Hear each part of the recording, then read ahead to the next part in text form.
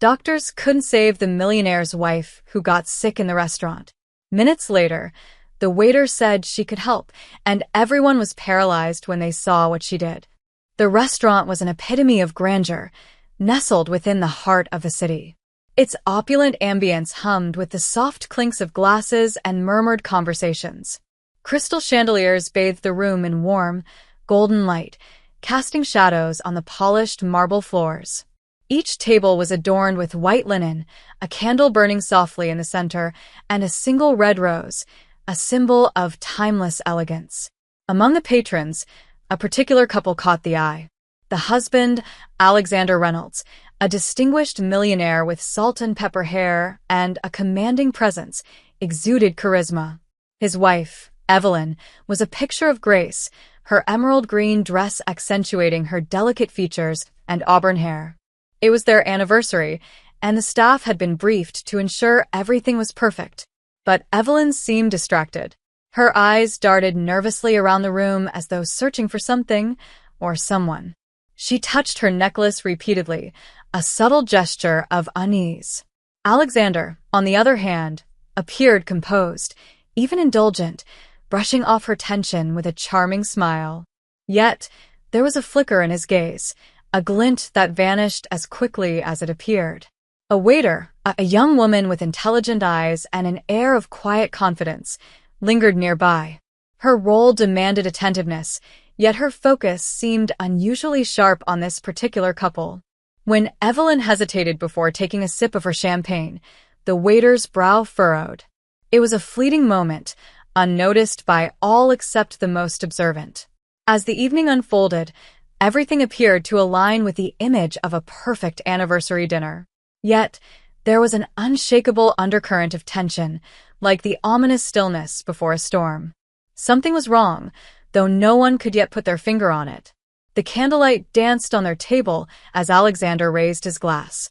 "To us," he declared, his voice smooth and steady. Evelyn managed a weak smile, clinking her glass against his. She sipped tentatively, the crisp champagne doing little to settle her unease. "It's a beautiful place," she murmured, her voice barely audible over the soft hum of a violin playing in the background. "But do you feel like someone's watching us?"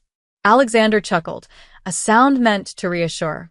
"Darling, we're in a room full of strangers. Of course, someone might glance our way. You're stunning tonight. How could they not?" Evelyn didn't seem convinced. Her hand brushed against her necklace again, the movement almost involuntary. "It's not that. I don't know. Something feels off." Alexander leaned in, his expression softening. "You've been under so much stress lately. Let's not let paranoia ruin our evening, This night is about us." He reached for her hand, giving it a gentle squeeze. She hesitated before reciprocating. Meanwhile, the waiter hovered nearby, discreetly observing the interaction. She noticed Evelyn's pallor and the slight tremor in her hands as she lifted her fork. Despite Alexander's calm demeanor, there was a subtle air of detachment in his movements, as if his gestures were rehearsed rather than heartfelt. As the waiter cleared another table, she overheard snippets of their conversation. "I don't feel right," Evelyn said softly, pushing her plate aside. I really don't feel right. Maybe I should." "Nonsense," Alexander interjected, his tone growing firmer. "You just need to relax. Finish your meal, and you'll feel better." The waiter's gaze shifted to the couple's table, her instincts tingling. Evelyn's discomfort was no longer subtle. A bead of sweat trickled down her temple, and her fingers trembled as they gripped the edge of the tablecloth. Evelyn's unease began to escalate. She pressed a hand to her chest, her breath shallow and uneven. "Alex," she whispered, her voice trembling. "Something's wrong." Alexander's brow furrowed as he placed his hand over hers. "You're overreacting," he said firmly, though his eyes betrayed a flicker of concern. "It's probably just the champagne on an empty stomach." Evelyn shook her head, her movements growing erratic. "No, it's not that," she said, her words slurring slightly. Her hands trembled as she tried to steady her glass of water. She barely managed to sip before her face twisted in pain. Suddenly, her hand shot to her stomach, and she doubled over. A sharp gasp escaped her lips, loud enough to draw the attention of nearby tables. Patrons turned, their conversations halting mid-sentence. "Help!" Evelyn choked out before slumping forward against the table. The room froze for a moment, then erupted into chaos. "Someone call an ambulance!" Alexander bellowed, his earlier composure crumbling into panic. He cradled Evelyn's face, his voice cracking as he whispered, "Stay with me, Evelyn. Stay with me." The waiter, who had been observing quietly from the side, sprang into action. She hurried to the couple's table, her demeanor calm yet decisive. "Sir, I've called for help," she said. Her eyes darted to Evelyn, taking in her pallid complexion and labored breathing. "She's burning up," Alexander cried, his hands trembling as he touched her forehead. "What's happening to hers?" The surrounding patrons exchanged worried glances, whispering in hushed tones. A man in a suit moved to assist, announcing that he was a doctor. He checked Evelyn's pulse, his expression growing grim. "Her pulse is weak," the doctor murmured. "We need medical equipment here immediately." Evelyn groaned faintly, her head lolling to one side. The urgency in the room thickened, the luxurious evening spiraling into a nightmare. The restaurant had transformed from an elegant retreat into a scene of pandemonium. Waitstaff rushed to clear space around the couple's table while patrons stood or craned their necks to get a better look. A few scrambled to call emergency services, their voices sharp and urgent as they described Evelyn's condition. Evelyn lay motionless, her breaths coming in shallow, uneven gasps. Her face had lost all color, her lips tinged with blue. Alexander knelt beside her, his carefully crafted veneer of composure shattered. He grasped her hand, his knuckles white as he pleaded, "Stay with me, Evelyn. Please." Moments later, paramedics arrived, their movements brisk and professional. They wheeled in a stretcher and quickly assessed the situation. One of them, a woman with a calm but commanding presence, knelt by Evelyn's side. "Can you hear me, ma'am?" she asked, her tone gentle yet urgent. Evelyn's response was a faint moan, her head lolling to the side. Alexander grabbed the paramedic's arm. "Do something. She's dying." His voice cracked, raw with desperation. "We're doing everything we can," the paramedic assured him as her team worked swiftly. They placed an oxygen mask over Evelyn's face and began monitoring her vitals. Their expressions, however, betrayed concern. The makeshift doctor who had stepped in earlier exchanged a worried glance with the paramedics. "This isn't a standard reaction. Did she eat or drink something unusual tonight?" he asked. Alexander hesitated. "We were celebrating. Champagne, seafood, the chef's special. Nothing out of the ordinary." The paramedic frowned. "Her symptoms suggest something more severe, an acute reaction or poisoning, perhaps." The word poisoning sent a ripple of shock through the onlookers. Whispers surged among the patrons, the word echoing ominously in the opulent space. Evelyn's condition remained dire, the restaurant holding its collective breath. The paramedics worked with precision, yet Evelyn's condition showed little improvement. Her breathing remained shallow, her skin pale and clammy. One of the medics shook his head, his brow furrowed deeply. "Her pulse is dangerously low.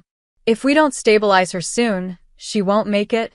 Alexander gripped the edge of the table, his knuckles whitening. "What do you mean, don't make it?" he snapped, his voice teetering on hysteria. "You're supposed to save her. That's your job." The lead paramedic shot him a sharp glance, but maintained her composure. "Sir, we need to know exactly what she consumed tonight. Time is critical." Alexander stammered, recounting the evening. "We had the chef's special, lobster bisque, some oysters. She had a glass of champagne and water. That's it." His eyes darted nervously as though willing himself to remember something, anything, that might explain Evelyn's rapid decline. Meanwhile, the restaurant staff gathered in clusters, their faces etched with concern. Among them, the waiter who had been assigned to Alexander and Evelyn's table stood apart. Her sharp eyes flicked between the paramedics and the unconscious woman, her expression a mix of unease and determination. She cleared her throat and stepped closer. "Excuse me," she said, her voice steady but tinged with urgency. "If it helps," I noticed she hesitated before drinking her champagne. She seemed apprehensive. The paramedic glanced at the waiter, then at the nearly empty glass of champagne. Could there have been something in the drink? The waiter's gaze darkened with suspicion, though she said nothing yet. She took a step back, silently replaying the events of the evening in her mind. The scene grew more fraught as the medics tried additional measures to stabilize Evelyn. Their equipment beeped with alarming regularity, signaling Evelyn's critical state. Alexander paced frantically, his earlier poise completely eroded. From the sidelines, the waiter watched intently, as if waiting for the precise moment to intervene. The medics exchanged glances, their equipment providing no answers, their treatments yielding no results. Evelyn's condition continued to deteriorate. Her breaths were shallow and intermittent, her pulse faint. It was clear to everyone in the room. Time was running out. Alexander clutched Evelyn's hand, his face a mask of desperation. "Please, do something," he shouted, his voice cracking with raw emotion. The patrons and staff stood frozen, helpless witnesses to the unfolding tragedy. It was then that the waiter, who had been standing silently on the fringes, stepped forward. She hesitated for a moment, as though wrestling with herself. Then, drawing a steadying breath, she spoke. "I think I can help." All eyes turned to her. The lead paramedic frowned, her professionalism masking a flicker of disbelief. "You?" she asked. "What do you mean?" The waiter, a woman in her late 20s with a calm but resolute demeanor, nodded. "I recognize these symptoms. My grandmother was a healer. She taught me how to identify and treat certain toxins. This looks like poisoning to me." "Poisoning?" Alexander echoed, his voice rising in disbelief. "That's absurd." The waiter ignored him, focusing on the paramedics. "She's showing signs of something acute, but it's not a typical allergic reaction. If I'm right, I know what to do." The room seemed to hold its breath. One of the medics gestured toward Alexander. "Sir, it's up to you. Do we let her try?" Alexander's gaze shifted wildly between the paramedics and the waiter. "This is insane," he muttered, but the sight of Evelyn's pale face silenced his protests. He gritted his teeth and finally spat. "Fine. Do whatever it takes." The waiter moved with a sudden purpose, asking for specific ingredients from the kitchen. As the staff scrambled to comply, the atmosphere in the restaurant crackled with tension. The patrons watched in stunned silence, the weight of the moment pressing down on everyone. The waiter returned from the kitchen, carrying a small tray with a collection of items, fresh herbs, a slice of lemon, and a bottle of vinegar. The assortment looked more like ingredients for a home remedy than anything capable of saving a life. The paramedics and doctor exchanged skeptical glances. "What exactly do you plan to do?" the lead paramedic asked, her tone cautious but firm. The waiter set the tray on the table beside Evelyn and began to prepare the mixture. "It's a detox remedy. My grandmother used it in emergencies when traditional medicine wasn't an option. The symptoms Mrs. Reynolds is showing match what we'd call acute alkaloid poisoning. If I'm wrong, this won't hurt her. But if I'm right," her voice faltered for the briefest moment before she continued with renewed determination, "it might just save her life." "Alkaloid poisoning," the doctor interjected, his brow furrowed. "Do you realize how rare that is? And you think this concoction can help?" "Yes," the waiter replied simply. "And I don't think we have time to argue." Alexander watched the exchange with growing unease. "You're not a doctor," he said, his voice laced with anger and fear. "How do we know you won't make it worse?" The waiter turned to him, her gaze steady. "I understand your doubt. But look at her, Mr. Reynolds. Nothing else is working. If we wait any longer, it won't matter who tries what." Her words hung in the air, undeniable. Alexander's shoulders slumped as he nodded reluctantly. "Just do it." The waiter quickly combined the ingredients, creating a makeshift solution. She gently propped Evelyn's head up, careful not to jostle her fragile body. "Mrs. Reynolds," she murmured, her voice soft but commanding, "I need you to swallow this." As the liquid touched Evelyn's lips, The tension in the room became almost unbearable. Everyone watched, holding their breath, waiting for the impossible to happen. The room was silent except for the rhythmic beeping of the paramedics' equipment and the hushed whispers of onlookers. The waiter, her hands steady despite the weight of the moment, carefully coaxed the mixture into Evelyn's mouth. At first, nothing happened. Evelyn remained pale and unresponsive, her shallow breaths barely perceptible.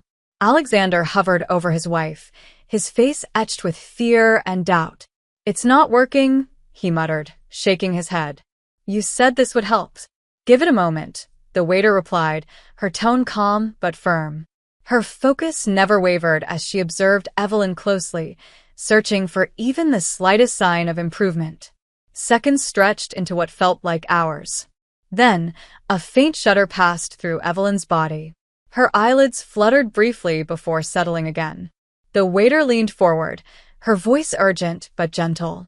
"That's it, Mrs. Reynolds. Stay with us. Just breathe." Another shudder, followed by a small, gasping cough. Evelyn's chest rose and fell more steadily, and a faint flush of color began to return to her cheeks. The transformation, though subtle, was enough to draw audible gasps from the onlookers. "She's stabilizing," one of the paramedics said, his voice filled with cautious optimism as he checked her pulse. "Her heartbeat is strengthening." Alexander stared at his wife in disbelief. "Evelyn? Evelyn, can you hear me?" Her eyes opened just a sliver, unfocused but alive. She made a small sound, a groan, soft but undeniable. The change was like a spark, igniting hope where moments before there had been only despair. The restaurant erupted in a wave of whispered amazement. Patrons exchanged stunned glances, and even the paramedics, who had initially doubted the waiter's intervention, nodded in reluctant approval. "What did you just do?" the lead paramedic asked, her tone a mix of curiosity and respect. The waiter exhaled, relief washing over her face. "I did what I could. And it worked." The restaurant erupted into murmurs of astonishment. Patrons leaned across tables, whispering to one another as the weight of what had just happened sank in. Some clapped softly, a spontaneous show of gratitude and awe. Others stared in stunned silence at the young waiter, who stood frozen for a moment, her expression unreadable. The paramedics exchanged impressed glances. One of them turned to the waiter. "That was incredible. You might have saved her life." Alexander's voice cut through the growing chatter. "Might?" He stood abruptly, his hands trembling as he gestured to Evelyn, who was still weak but visibly breathing more steadily. "She's alive because of her." The waiter didn't respond right away. Her focus was still on Evelyn, watching for any signs of relapse. When Evelyn let out another faint groan and shifted slightly, the waiter allowed herself the smallest of smiles. "She's not out of the woods yet," she said, her voice steady. "She needs proper medical attention as soon as possible." One of the paramedics nodded. "We'll take over from here. But you've given us a chance to get her stable." Turning to Alexander, the paramedic added, "Sir, your wife will need to be monitored closely, but she's going to make it." Alexander looked at the waiter, his expression a mixture of gratitude and bewilderment. "How did you know? How could you possibly have known what to do?" The waiter hesitated, her eyes flicking to the champagne glass on the table, then to the plate Evelyn had barely touched.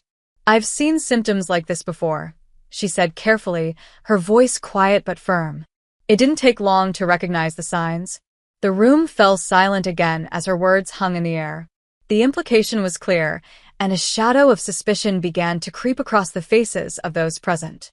The question no one dared to voice was suddenly unignorable. What had caused Evelyn's collapse? Evelyn's breathing steadied, and her color began to return. The paramedics prepared to transport her to the hospital, but the tension in the room lingered. The waiter's words, "I've seen symptoms like this before," hung in the air, a thread that no one could ignore. Alexander turned toward the waiter, his gratitude now mingled with a flicker of suspicion. "What exactly do you mean by that?" he asked, his voice tight.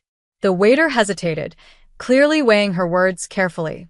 "Symptoms like hers, rapid collapse, labored breathing, A racing heart followed by a sudden drop in pulse. They're consistent with certain types of poisoning. A murmur rippled through the room, the word poisoning igniting a mix of horror and curiosity among the onlookers. The lead paramedic nodded slowly. She's right. The symptoms don't align with a typical allergic reaction. This could be toxic ingestion. Alexander's face darkened, his eyes darting to the table. You can't be serious, he snapped. Are you suggesting someone tried to harm her? The waiter didn't answer immediately. Instead, she pointed toward the champagne glass. She hesitated before drinking it, didn't she? You noticed that too, she said, looking directly at Alexander. She knew something was wrong. Alexander blinked, momentarily caught off guard. She was just nervous. She hasn't been feeling well lately. The waiter's gaze didn't waver. Did she mention anything before dinner? Did she eat or drink anything unusual earlier in the day? Before Alexander could respond, Evelyn let out a faint moan, her eyes fluttering open. She looked at Alexander with confusion and a flicker of fear. You, she whispered hoarsely, her voice barely audible. You gave me the drink. The room fell utterly silent. All eyes turned to Alexander, whose face paled as he stammered, Evelyn, what are you saying? That's ridiculous. But the seed of doubt had been planted. The waiter, calm but determined, stepped closer to the table. Her sharp gaze swept over the remaining dishes, the champagne glass, and the untouched food. If this is poisoning, there might still be evidence here, she said, her voice steady despite the mounting tension. The lead paramedic nodded. We'll need to secure the items for analysis, she said. She gestured for a colleague to begin collecting the glass and plate in sealed bags. But as the staff moved to clear the scene, the waiter hesitated. Something caught her eye. Wait, she said, pointing to the champagne bottle chilling in the ice bucket. That's where we should start. A staff member brought over the bottle. The waiter inspected it closely, her fingers tracing the label. Her eyes narrowed. This seal, she said, lifting the foil where it had been peeled back. It's been tampered with. The room collectively gasped. Alexander's face turned ashen.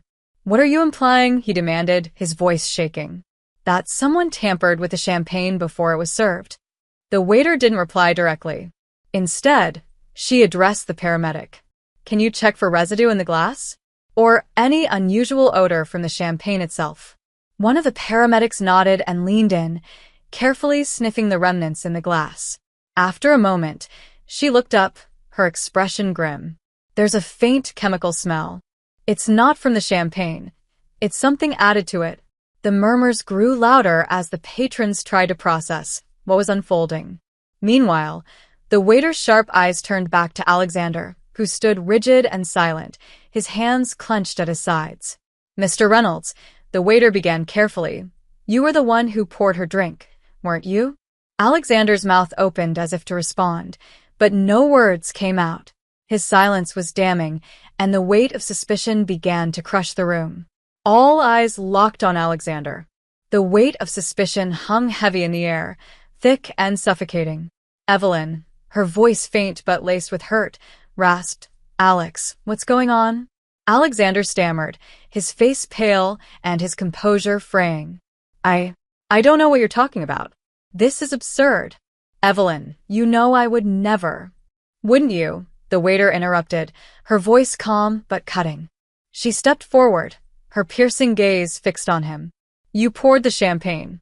You insisted she drink it, even when she hesitated. And now there's evidence of tampering. That's ridiculous. Alexander barked, his voice rising. He glanced around the room as though searching for an ally. This is all coincidence. Someone else could have done this, anyone. The lead paramedic crossed her arms, her expression unreadable. Mr. Reynolds, the tampering appears to have happened before the champagne was brought to the table. Yet only your wife's glass shows signs of chemical residue. Do you have an explanation for that? Alexander's jaw tightened, his eyes darting toward Evelyn, who now stared at him with tears brimming in her eyes. Alex, did you do this? Her voice cracked, filled with disbelief and heartbreak. I know. Evelyn, I would never hurt you. Alexander's panic was palpable now, his words tumbling over each other. Then why? Evelyn began, her strength faltering. Why did you keep pushing me to drink? Why did you insist on this dinner when I said I wasn't feeling well? The tension snapped as one of the paramedics produced a small vial from Alexander's jacket pocket. What's this? She asked, holding it aloft. Gasps rippled through the crowd. Alexander's face crumbled. It's nothing, he sputtered. It's not what you think. But the truth was written on his face. Cornered and desperate, he finally broke. Fine, he shouted. Yes, I did it. But it's not what you think. It was never supposed to go this far. The room erupted into chaos as police officers were summoned and Alexander was restrained. Evelyn turned away, tears streaming down her face. The flashing lights of police cars illuminated the once elegant restaurant, their cold, blue glow stark against the warm golden tones inside. Alexander was escorted out in handcuffs, his head bowed in shame. The patrons watched from the windows, their earlier astonishment now replaced with hushed, uneasy murmurs. Evelyn sat slumped in a chair, wrapped in a blanket provided by the paramedics. Her face was pale, but her breathing had steadied. The pain in her chest was no longer physical. It was the raw, crushing weight of betrayal. She stared blankly ahead, replaying the night in her mind. Her thoughts were interrupted by the waiter, who knelt beside her. Mrs. Reynolds, the young woman said softly. How are you feeling? Evelyn turned to her, her eyes brimming with tears. I don't even know where to begin, she whispered, her voice cracking. You saved my life. I don't understand how, but you did. Thank you. The waiter smiled gently, though her expression was tinged with sadness. I'm just glad I could help. You're going to be okay now. Evelyn clutched the blanket tighter. He tried to kill me, she murmured, her voice trembling. How did I not see it? How could I have been so blind? The waiter hesitated before placing a comforting hand on Evelyn's arm. Sometimes the people closest to us hide their true selves. It's not your fault. Tears slipped down Evelyn's cheeks, but she nodded, drawing strength from the waiter's words. Around them, the restaurant staff and patrons began to disperse, the surreal events of the evening leaving them shaken but grateful it hadn't ended in tragedy. The paramedics prepared to transport Evelyn to the hospital for further care. As they moved her onto the stretcher, she reached out and grasped the waiter's hand.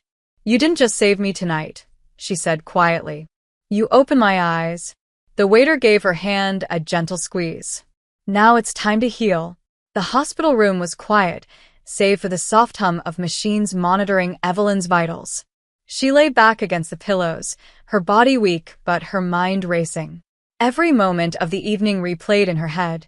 The waiter's calm determination, the horrifying revelation about Alexander, and the knowledge that her life had been hanging by a thread. The door creaked open, and the waiter stepped in, a bouquet of daisies in hand. I hope I'm not disturbing you, she said softly, her gaze tentative. Evelyn's face lit up, a flicker of warmth breaking through her exhaustion. Not at all, she replied. I was hoping you'd visit. The waiter set the flowers on the bedside table and pulled up a chair. I just wanted to see how you're doing. The doctors said you're stable, but I thought I'd check for myself. Evelyn smiled faintly, her fingers tracing the edge of her blanket. Thanks to you, I'm alive. I don't know how I'll ever repay you. You don't need to, the waiter replied firmly. But if I may, you've been through something unimaginable. I think the best way to move forward is to focus on what comes next. Evelyn fell silent for a moment, her mind turning over the waiter's words. You're right, she said finally. I've been living in a cage for so long, thinking Alexander was my world. But now, her voice faltered before she steadied herself. Now I have a chance to start over. The waiter smiled. And you'll come out of this stronger. I can already tell. Evelyn's eyes softened, gratitude shining through. Maybe you can help me with that. What do you mean? After what happened tonight, Evelyn said, her voice growing steadier, I want to help others like me. People who've been hurt, manipulated, or trapped. Let's create something together, a way to reach people who need it most. The waiter blinked, surprised but intrigued. I'd be honored. A month had passed since that fateful night at the restaurant. The memories of betrayal and near-death still lingered in Evelyn's mind, but they no longer weighed her down. Instead, they fueled her resolve.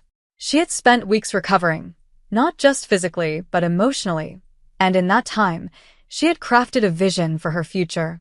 She stood now in a modest but bright office space, sunlight streaming through the large windows. Beside her was the waiter, Sophia, whose sharp instincts and unflinching bravery had saved Evelyn's life. Sophia looked around the room with quiet amazement. This is incredible," she said, running her hand over the polished wooden desk. "It's just the start," Evelyn said with a smile. Her energy was palpable, her voice brimming with determination. "I've already contacted a few organizations that focus on domestic violence, food safety, and awareness about covert abuse. They've agreed to partner with us." Sophia turned to her, a look of admiration in her eyes. "You really meant it when you said you wanted to turn this into something meaningful." Evelyn nodded. "I lost so much because I trusted someone who didn't deserve it. But I've also gained a second chance. Thanks to you. I want to give that same chance to others." Sophia hesitated for a moment, then said, "I've been thinking about that night a lot. The signs were there, the way he talked to you, the control he tried to exert, but it's not always easy to spot. Maybe we can help people recognize those signs before it's too late." "Exactly," Evelyn said, her smile widening. "We'll call it Second Light, a place for people to learn, heal, and rebuild." As they sat together, brainstorming ideas and drafting plans, Evelyn felt something she hadn't experienced in years: hope. Their partnership, forged in the darkest of moments, now glowed with the promise of brighter days. Months later, Second Light had become a beacon of hope for those who needed it most. The foundation, co-founded by Evelyn and Sophia, offered resources for individuals escaping toxic relationships, workshops on recognizing subtle signs of manipulation, and programs promoting food and drink safety awareness. Their mission resonated deeply with the community, drawing support from countless volunteers and donors. In a large event hall decorated with soft lighting and banners bearing the foundation's logo, a glowing lantern against a night sky, Evelyn stood at the podium. The audience was a mix of survivors, advocates, and supporters. Among them were individuals whose lives had already been changed by the foundation's work. Evelyn's voice was steady as she addressed the crowd. "A year ago, I thought my life was over. I was trapped in a web of deceit, unable to see the truth until it was nearly too late. But that night, someone saw what I couldn't. Someone cared enough to act." She gestured toward Sophia, who sat in the front row, a shy but proud smile on her face. The audience erupted in applause, their appreciation for Sophia palpable. "Because of her bravery," Evelyn continued, "I'm here today. And together, we're turning that tragedy into a force for change." Second Light is proof that even in the darkest moments, there's a way forward. After the applause died down, Evelyn invited two survivors to share their stories. A young woman stepped forward, her voice trembling but filled with gratitude. "Without this foundation, I wouldn't have recognized the warning signs in my own relationship. You saved me before it was too late." Tears welled in Evelyn's eyes as she embraced the woman. It was moments like these that made every painful memory worthwhile. Second Light was no longer just an idea. It was a movement, sparking hope and healing for so many. The success of Second Light had not only transformed the lives of those it served, but also profoundly changed Evelyn and Sophia. For Evelyn, the foundation had become a lifeline, a means to reclaim her identity and purpose after years of being overshadowed by Alexander's control. For Sophia, it was an opportunity to channel her instincts and skills into something greater than she had ever imagined. One afternoon, the two women sat in a sunlit corner of the Second Light office, sifting through letters of gratitude from people they had helped. Evelyn picked up a handwritten note from a woman who had attended one of their workshops. "Listen to this," she said, her voice tinged with emotion. "You gave me the tools to see what I couldn't before. I walked away from a dangerous situation because of your guidance. Thank you for saving my life." Sophia leaned back in her chair, a soft smile on her lips. "That's why we're here," she said. "It's more than just an organization. It's a way for people to feel seen and supported. Evelyn set the letter down and looked at Sophia. And you, she said, her voice firm but warm. You're the reason any of this exists. If you hadn't stepped in that night. Sophia waved her hand dismissively, but her cheeks flushed with modesty. I just did what anyone would do. No, Evelyn said firmly. You did what no one else could. You saved me, not just physically but emotionally. You reminded me of my worth, and you gave me the strength to rebuild. Sophia glanced at her, her expression softening. And look what you've built. You turned your pain into something extraordinary. You're proof that people can heal and thrive. Evelyn nodded, a sense of pride swelling in her chest. Together, they had not only changed the lives of others, but had found healing and purpose in their own. On the anniversary of Second Light's founding, Evelyn and Sophia stood together on a stage, addressing a packed auditorium filled with survivors, advocates, and supporters. The room was alive with an energy that was both solemn and hopeful. Photographs and testimonials from those whose lives had been transformed adorned the walls, a testament to the foundation's impact. Evelyn stepped forward to the podium, her voice steady yet heartfelt. 1 year ago, I was a woman who had lost her way. I believed that strength meant staying silent, enduring pain, and trusting someone who didn't deserve it. But I was wrong. She paused, scanning the crowd. Strength is not silence. Strength is speaking out, even when it's hard. Strength is asking for help, recognizing your worth, and refusing to settle for anything less than safety and love. The audience erupted into applause, but Evelyn wasn't finished. She turned to Sophia, gesturing for her to join her. Sophia hesitated, then stepped forward, her humility evident despite the crowd's cheers. This is Sophia, Evelyn said, her voice thick with emotion. A woman who saved my life, not just with her actions, but with her courage and compassion. She reminded me that there are people who will fight for you, even when you can't fight for yourself. Sophia cleared her throat, her voice shy but resolute. The truth is, we all have the ability to make a difference, she said. Sometimes, it's as simple as paying attention, asking questions, and acting when something feels wrong. You don't need to be extraordinary to save a life. You just need to care.